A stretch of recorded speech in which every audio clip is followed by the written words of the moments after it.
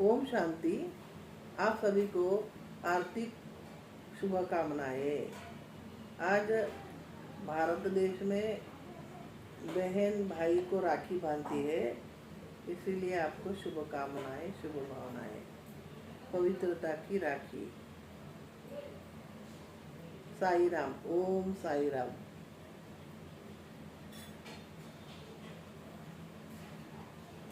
नाना साहेब को उदी और आरती मिली। उदी मैनथाई को दी गई और आरती बाबा तस्वीर के आगे लगाई गई।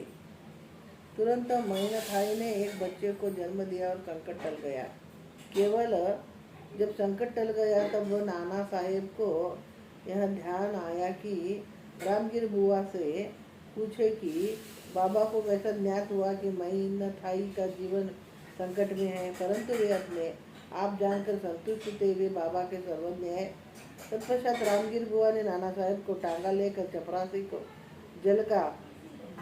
जलगांव भेजने के लिए शुक्रिया अदा किया, और क्योंकि उनके बिना वह उसी समय पर नहीं पहुंचा सकता था। नाना रामगिर बुआ की बातें सुनकर विस्मित थे, क्योंकि उसके पास जलगांव भेजने के लिए न टांगा था, न कोई चपरासी था। टांगे वाला चपरासी और घोड़ा कौन हो सकते हैं? रामगिर बुआ ने सामने तुरंत सच्चाई उभर आई।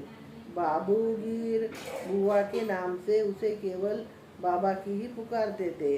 जलगांव के रेलवे स्टेशन में चपरासी ने भी ठीक उसी तरह उसे पुकारा था, और बाबा ने मुझे आश्वासन नहीं दिया था कि जिस चीज़ की आवश्यकता पड़ेगी मिल जाएगी।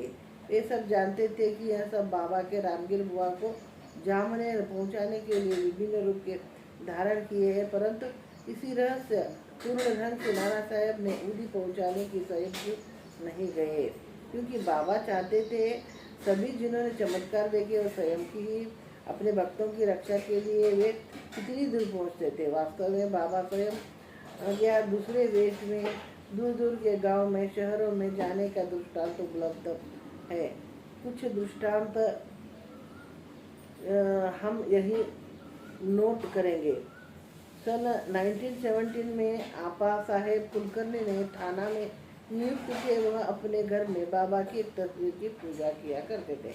एक दिन साधु निश्चिंत कैंप पर भिवानाड़ी गए। थाना जाने के बाद तीसरे दिन फकीर ने हुबेहूब साईं बाबा का मिलता जुलता थाना में उसके घर में आया और श्रीमती कुलकर्णी और उनके